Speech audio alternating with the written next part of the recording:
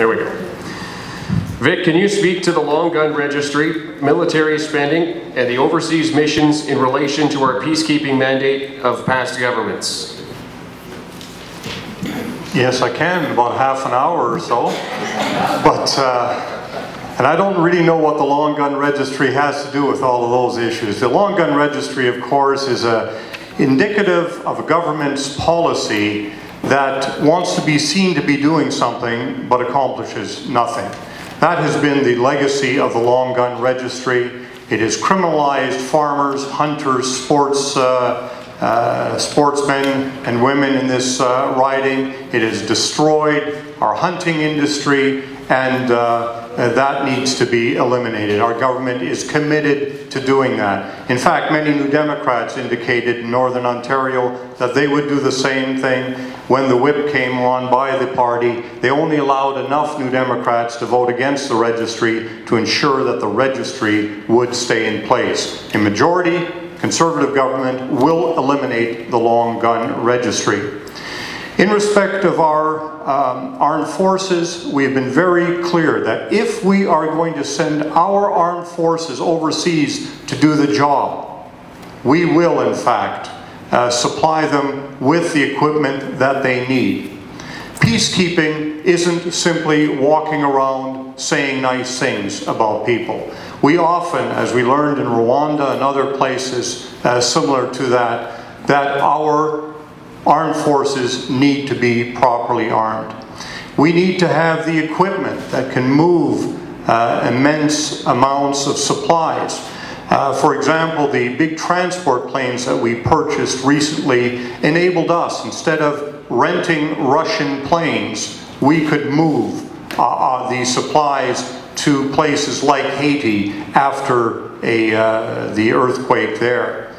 In Afghanistan, we will continue to work in a non-military fashion with the people there. We've done great work in Afghanistan in terms of dealing with issues like the eradication of polio, educating women, and other issues. But that's a start to the answer.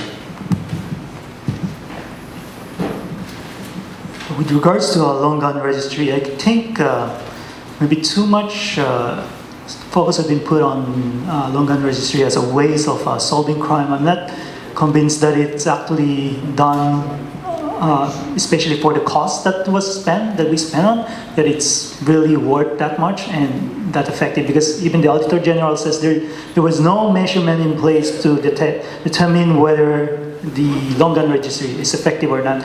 So maybe we should focus instead on other ways of solving crime, like community support, going after the big fish. And military spending, I guess I have a problem with the stealth fighter, because reading like the Jane magazine, which is a reputable defense industry's magazine, and industry defense experts are questioning the cost of stealth, the F-35. And also our military is in need of fixed wing search and rescue plane. So I don't know, maybe we could spend some more on the fixed wing rather than on the stealth fighter. Plus also if we are going to be in Afghanistan, then we should see what type of weapons do we need to counter the insurgents there. So we could invest on innovations for companies that are looking at ways to counter the improvised explosive device that are widely used at Afghanistan. And there are companies that are researching those kind of ways to counter them. So maybe we can invest some of money there too. And about overseas involvement, I guess we should make sure that we don't get too caught up in rhetoric of siding with one side, especially in a world where there's two sides in conflict. But we should remain as a voice of reason, like to keep our credibility if we might be called upon to provide a mediation. Let's get some facts going here about the long gun registry. When it was set up, it cost $1 billion, and that